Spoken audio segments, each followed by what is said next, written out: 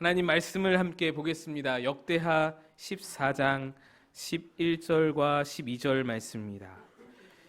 역대하 14장 11절 12절 말씀, 구약성경 673페이지에 있습니다.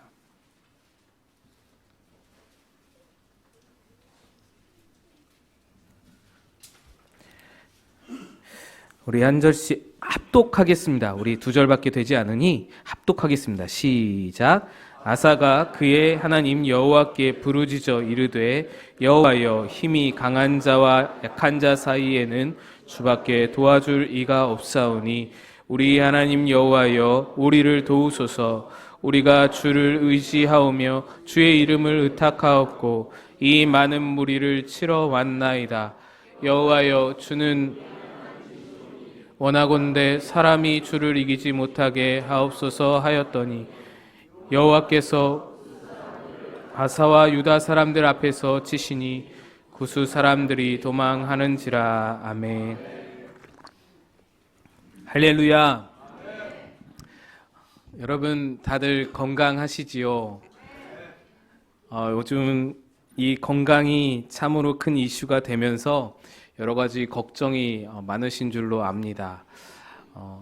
그래서 여러 가지 고민도 해보고 저희가 손세정제도 지난주부터 벌써 주문을 했었는데 잘 구해지지가 않습니다. 그 정도로 좀 어려움이 있고요. 근데 여러분 그래서 여러 가지로 걱정되시고 불안한 마음 있으시겠지만 함께 기도하면서 이 어려움들을 잘 극복해 나가는 우리가 되었으면 좋겠습니다. 예전에 제가 기도하면서 기도 생활하면서 경험했던 일을 오늘 좀 나누고자 합니다. 2001년도에 9월에 군입대를 하게 되었습니다. 한창 은혜 충만하던 때였고 가르치시던 목사님이 군입대를 하는 저에게 기도 많이 하라고, 군대 가서 기도할 시간 많다고 기도를 많이 하라고 그렇게 가르쳐 주셔서 군에서도 평소에 하던 기도의 습관을 이어가는 것이 저의 아주 최대의 관심사였습니다. 어떻게 하면 군에서 기도를 잘 할 수 있을까? 훈련소에서는 기도하기가 그리 어렵지 않았습니다. 점호가 끝나고 취침소등이 다 이루어지면 그냥 자리에 무릎 꿇고 제가 기도를 하면은 아무도 뭐라 하는 사람이 없었습니다. 그냥 좀 쟤는 종교에 미친 애다 뭐 이런 소리는 들었는데 다른 핍박이나 그런 거는 없었던 것이죠. 근데 자대 배치 받고가 나서 문제였습니다. 자대 배치 받은 첫날, 제가 정말 잊지를 못하는 순간인데, 자대 배치 받은 첫날 이제 신병 인사를 드리고 신고를 하고 더블백 메고 이렇게 딱 와가지고 각 잡고 앉아 있다가 이제 고참들이 막 놀리기도 하고 인사도 하고 여러 가지 소개도 하고 그러시고는 점호가 딱 마치고 취침 소등하겠습니다 하고 취침 소등을 딱 이루어졌는데, 그 시간에 제가 그 자리에서 무릎을 꿇고 기도를 한 겁니다. 근데 바로 그때 저거 뭐야 하면서 휙 하는 소리가 들리면서 베개가 제 얼굴을 강타했습니다. 신병이 못할 짓을 한 것이죠. 신병이 어디 무릎을 꿇고 밤에 자기 전에 기도를 하겠습니까? 가만히 이렇게 똑바로 누워서 자야 되는데 이걸 못한 거예요. 그래서 제가 그 베개를 맞고 정신을 차리고 누워서 기도해야겠다. 그 깨달음을 얻고 그 다음부터 누워서 기도를 했습니다. 근데 누워서 기도하는데 이게 참 성에 안 차는 거예요.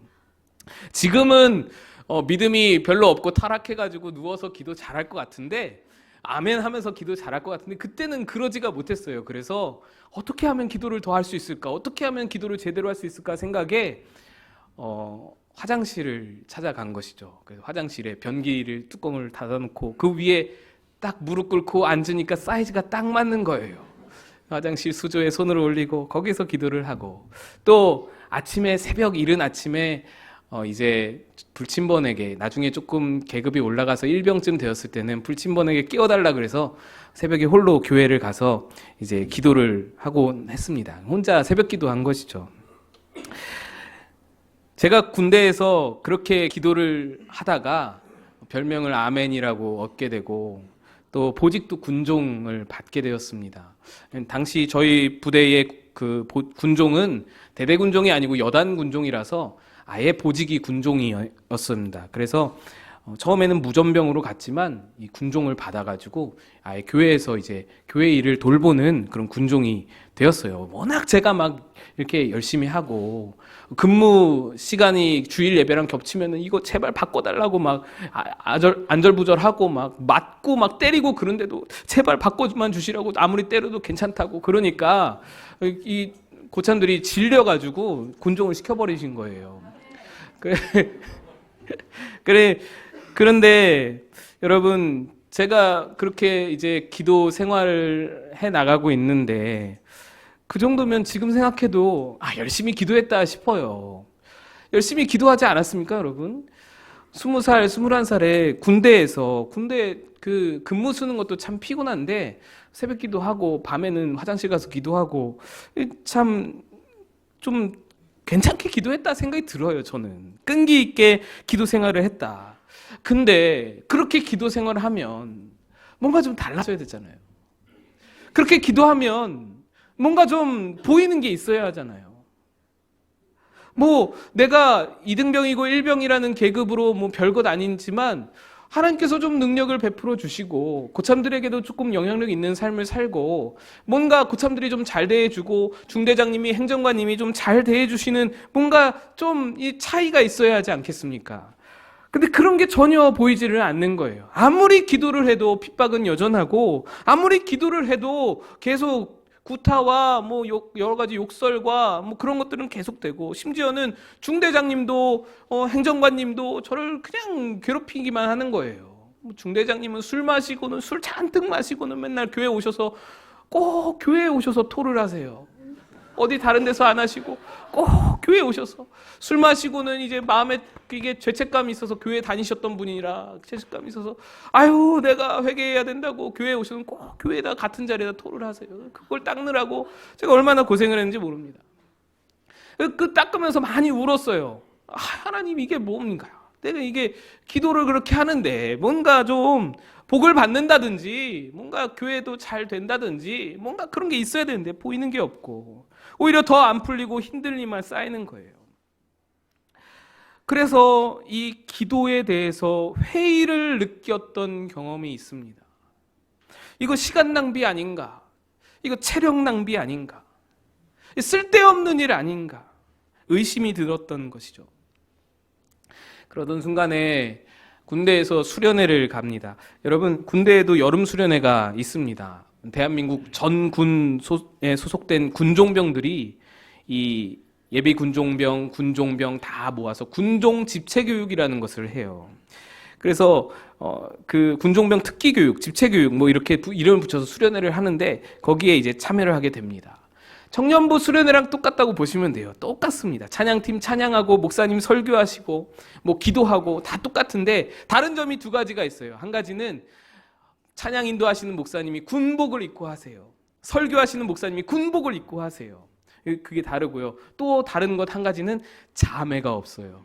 자매가 전혀 없어요. 찬양팀도 다 이렇게 자매가 없이 하는데 그게 어쨌든 그 수련회니까 얼마나 좋습니까? 가면은 전군에서 모이기 때문에 뿔뿔이 흩어져 있던 우리 교회 친구들을 다 만날 수가 있습니다. 교회 친구들 신앙생활 열심히 하는 친구들은 다 그래도 대대군종 중대군종이라도 다 달고 있으니 다 오는 거예요. 만나면 반갑고 같이 기도하고 못했던 이야기 나누고 얼마나 좋은지 모릅니다. 맨날 숨죽여서 화장실에서 기도하다가 여기서는 목청껏 기도도 할 수 있고 찬양도 크게 부를 수 있고 찬양 부르면서 운다고 뭐라고 그러는 사람도 없고 너무나 좋았습니다. 근데 어쨌든 그때 그 기도의 회의를 느끼면서 막 낙심하고 있던 그때에 그 수련회의 예배당에 탁 들어가면서 제 마음에 강한 어떤 충격을 받게 되었습니다. 예배당에 탁 들어갔는데 제가 어떤 예배당인지는 전혀 기억이 안 나요. 그냥 60 타고 그냥 보내주시는 대로 그냥 갔으니까. 근데 뭐 어떤 그 예배당이었는지는 모르겠는데 예배당에 탁 들어갔는데 큰 글씨로 현수막에 이렇게 써붙여 놓으셨는데 그 글귀가 눈에 확 들어오는 거예요. 어떤 글귀였냐면 이렇게 쓰여져 있었습니다. 기도하는 한 사람이 기도 없는 한 민족보다 강하다. 기도하는 한 사람이 기도 없는 한 민족보다 강하다라는 겁니다. 이 한마디에 제 모든 의심과 낙심이 단번에 거쳐버렸습니다. 하나님께서 이 문구를 보여주시면서 저에게 야, 너 잘하고 있는 거야. 너 괜찮은 거야. 너 할 것을 하고 있는 거야. 잘하는 거야. 하는 말씀을 하시는 것 같아서 제가 아주 큰 위로를 받았습니다. 내가 기도를 놓치지 않을 때 나는 어떠한 큰 민족보다, 어떠한 큰 군대보다, 어떠한 강력한 힘보다 내가 강하구나. 그래서 다시 기도에 열심을 내게 되었습니다. 군대를 전역하고 나서 이제 그 문구의 출처를 알게 되었습니다. 그 문구는 존 녹스라는 종교개혁자가 했던 말입니다. 이 존 녹스는 16세기 스코틀랜드의 종교개혁자였습니다. 그는 성경만이 하나님의 유일한 말씀임을 선포하면서 부패하고 타락한 카톨릭에 저항했던 사람입니다. 당시 피에 메리라고 불리는 영국의 메리 여왕이 300명이 넘는 개신교 지도자들을 아주 잔인하게 막 처형하고 탄압했던 때였습니다. 그런데 그 존 녹스는 그런 생명의 위협 속에도 불구하고 결코 이 피에 메리나 어떠한 사람을 두려워하지 않고 간절하게 기도하면서 이 모든 난관을 타개해 나갔던 사람이었습니다. 그는 나에게 스코틀랜드를 주시든지 아니면 나에게 죽음을 주시든지 이렇게 하나님께 기도하면서 목숨을 걸고 밤낮으로 부르짖었던 사람이었습니다. 하나님께서 그의 기도를 들어주시고 1506년에 스코틀랜드의 종교개혁은 승리를 거두게 되었고 그 다음 해에 스코틀랜드는 전 국가가 기독교 국가로 거듭나게 되었던 것입니다. 이때의 스코틀랜드의 종교개혁은 철저하게 말씀에 근거한 정치와 사회를 만들어서 국민들의 실생활에도 아주 큰 영향을 미치게 되었습니다. 훗날 이 존 녹스를 그렇게 핍박하고 죽이고자 했던 피에 메리, 스코틀랜드 메리 여왕은 다음과 같이 말했습니다. 존 녹스 한 사람의 기도가 1만 군사가 쳐들어오는 것보다 더 무섭더라. 그리고 토마스 칼라일이라는 사람도 이 존 녹스를 평가하며 이렇게 말했습니다. 존 녹스 이 한 사람 스코틀랜드인에게 전 세계와 이 나라는 빚을 지고 있다. 이 사람의 기도 덕분에 장로의 교회가 탄생하게 되었고 이 사람이 장로교회의 실질적인 창시자이기 때문에 이 전 세계와 스코틀랜드 나라가 빚을 지고 있다. 이 말을 하는 것입니다. 존 녹스는 기도하는 한 사람이 기도 없는 한 민족보다 강하다라는 말을 입으로만 한 것이 아니라 실제로 삶으로 기도로 보여줬던 삶이었습니다. 이분의 삶과 이분의 그 글귀를 통해서 제가 크게 깨달은 것이 있습니다. 만일 내가 내 스스로 내가 일하면 내가 일하지만 내가 기도하면 하나님이 일하시는구나. 나 홀로 한 민족 앞에 서면 나는 벌레보다 못한 보잘것없는 존재이지만 내가 기도하면 한 민족이 나를 두려워하는 것이구나. 여러분, 기도를 어떻게 정의하십니까? 많은 분들이 기도는 호흡이다, 기도는 관계다, 기도는 대화다. 맞습니다. 저도 그렇게 생각을 합니다. 그런데 오늘 제가 여러분에게 말씀드리고자 하는 기도의 정의는 조금 다른 것입니다. 여러분, 하나님은 자기 자신을 전적으로 신뢰하고 의지하는 자를 도우십니다. 믿으십니까? 기도는 내가 하나님을 의지합니다. 나에게 하나님밖에 없습니다. 라고 말하는 것을 그냥 말뿐이 아니라 적극적으로 표현하는 것이 바로 기도입니다. 하나님을 의지하는 것을 표현하는 것이 방법이 기도라는 거예요. 주님 필요해요. 주님 의지합니다. 우리가 말만 해서 뭐하나요? 남녀간에 사랑할 때도 말만 해서는 그 되짜맞기 십상이잖아요. 이게 행동으로 표현해야 하잖아요. 사랑하면 사랑하는 만큼 행동으로 표현해야 하는 겁니다. 고마우면 고마운 만큼 표현해야 하고 미안하면 표현해야 하는 것입니다. 마찬가지로 하나님을 신뢰합니다. 하나님을 의지합니다. 내 안에 그 마음이 있다면 그에 대한 표현 방법이 바로 기도로 나타날 수밖에 없다라는 것입니다. 여러분, 하나님을 신뢰하는 자는 반드시 기도합니다. 하나님을 의지하는 자는 기도할 수밖에 없습니다. 하나님밖에 없다고 고백하면서 기도를 하지 않는다. 그러면 하나님 외에 방법이 많은 거예요. 하나님 외에도 방법이 있기 때문에, 내 머릿속에, 내 계산 속에 하나님 외에도 다른 방법이 있기 때문에 기도가 절실하지 않습니다. 이 문제 상황에서 이 문제를 해결할 분이 하나님밖에 없는데 기도 안 하고 어떻게 버틸 수 있겠습니까? 우리의 마음이 정말로 간절하다면, 이 문제를 해결하기를 정말로 간절하게 느끼면서 하나님밖에는 방법이 없다고 느껴진다면 당연히 기도의 자리를 찾는 거예요. 당연히 기도하는 겁니다. 간절하게 기도할 수밖에 없는 거예요. 다른 방법이 있다, 다른 방법이 내 무의식 속에서 다른 방법이 있다라는 생각이 들면 기도 별로 하고 싶지가 않습니다. 시간 낭비로 느껴집니다. 차라리 다른 것들을 준비하는 게 더 낫다라는 생각이 들기 때문에 기도를 찾지 않습니다. 그러나 정말로 진심으로 하나님밖에 없습니다라고 고백되면 기도를 찾고 기도를 하게 되는 것입니다. 여러분, 현대 그리스도인들 가운데서 여러 가지 우리가 여러 가지 마음의 부족함과 여러 가지 옛날 우리 초대교회 신앙들, 우리 신앙의 조상들, 신앙의 선조들에 비해서 우리가 갖추지 못한 것들이 여러 가지가 많지만, 한 가지 제가 느끼는 것은, 저를 비롯해서 우리 현대 그리스도인들이 부족한 것, 가장 부족한 것 무엇일까라고 느끼는 것은, 경건의 모양은 있지만 경건의 능력이 없다라는 것입니다. 사람들에게 보여지는 어떤 경건은 우리가 중요하게 생각하지만 실제 마음속에 이 경건으로 나타나는 능력, 경건을 행해서 나타나는 능력이 그렇게 많지 못하다라는 것이죠. 그러면서 찾아오는 것이 능력 없습니다. 기도에는 반드시 능력이 따르는 것인데, 여러분, 고린도전서 4장 20절은 이렇게 말합니다. 하나님 나라는 말에 있지 아니하고 오직 능력에 있습니다.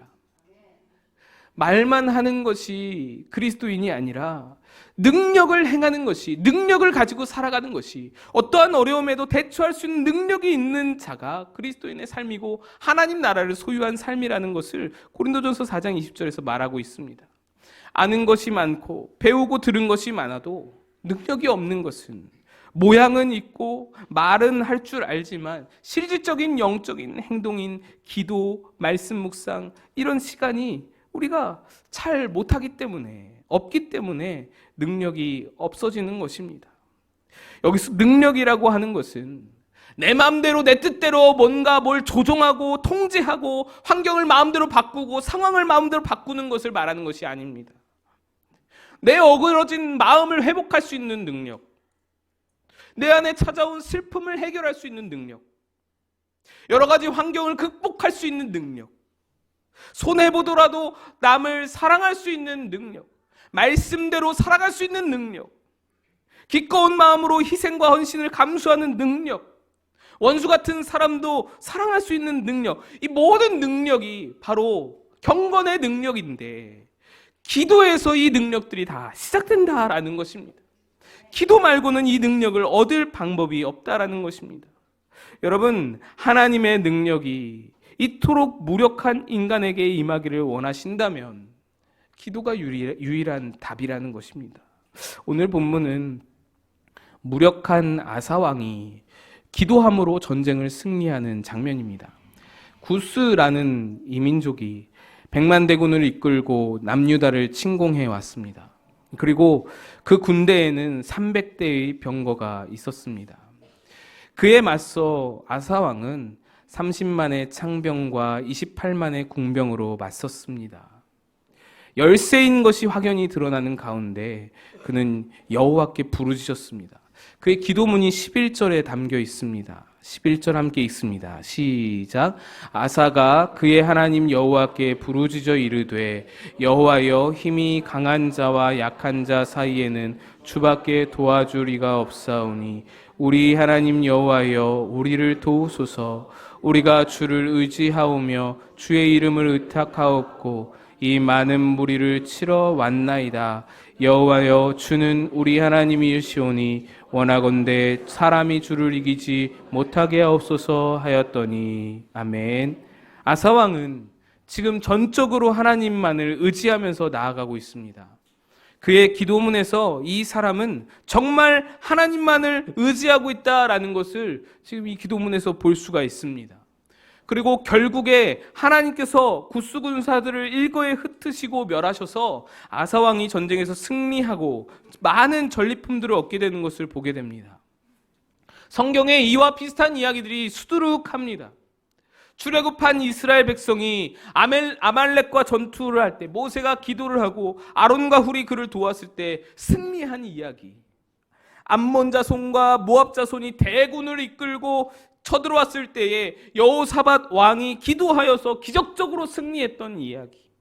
아수르 대군이 쳐들어왔을 때도 히스기야의 눈물의 기도가 남유다의 승리를 가져다주는 이야기. 모두가 무력한 자가 강력한 자를 만나서 이길 수 없던 때에 기도하여 승리하게 된 이야기들입니다. 그럼 우리에게 이런 의문이 들 수 있습니다. 기도하면 도와주시고 기도하지 않으면 안 도와주십니까? 그런데 꼭 그렇지는 않다라는 것을 말씀드립니다. 성경에 전쟁에 승리한 기록도 많지만 패배한 기록도 많이 있습니다. 못지않게 많이 기록되어져 있죠.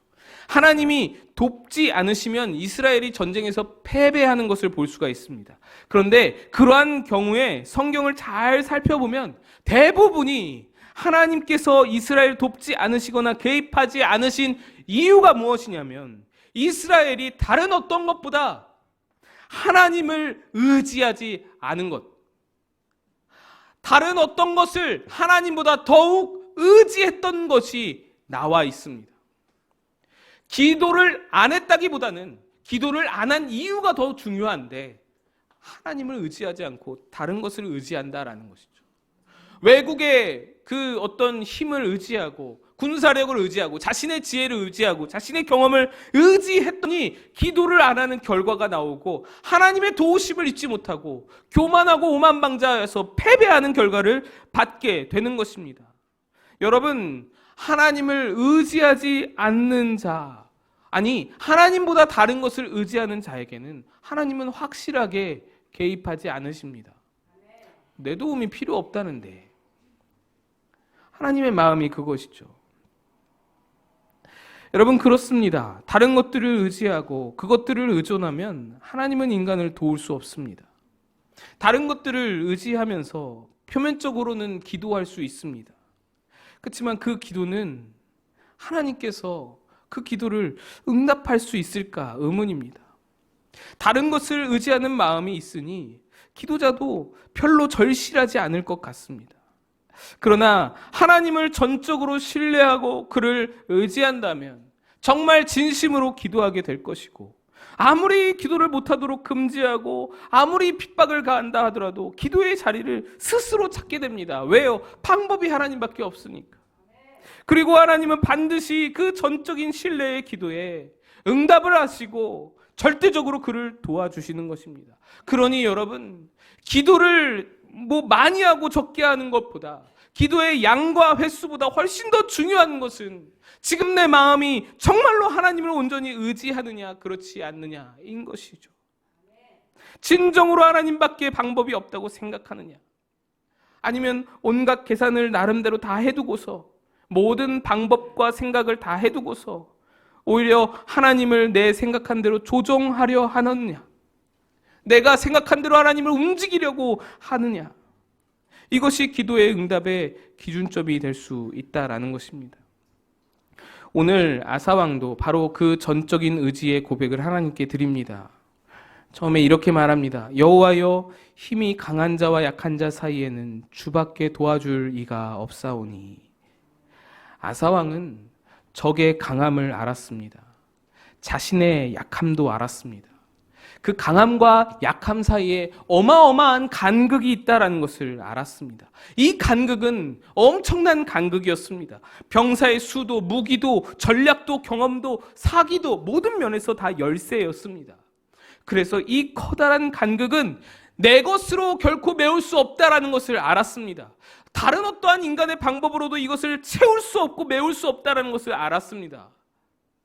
똑똑한 인간이라면, 지혜로운 현명한 왕이라면 빠르게 포기하고 항복하는 것이 가장 유일한 해법이고 해결책이었습니다. 그런데 아사 왕은 하나님께서 이 커다란 간극을 메울 수 있다라는 믿음을 가졌습니다. 그래서 하나님을 의지하는 겁니다. 하나님을 신뢰하고 붙드는 겁니다.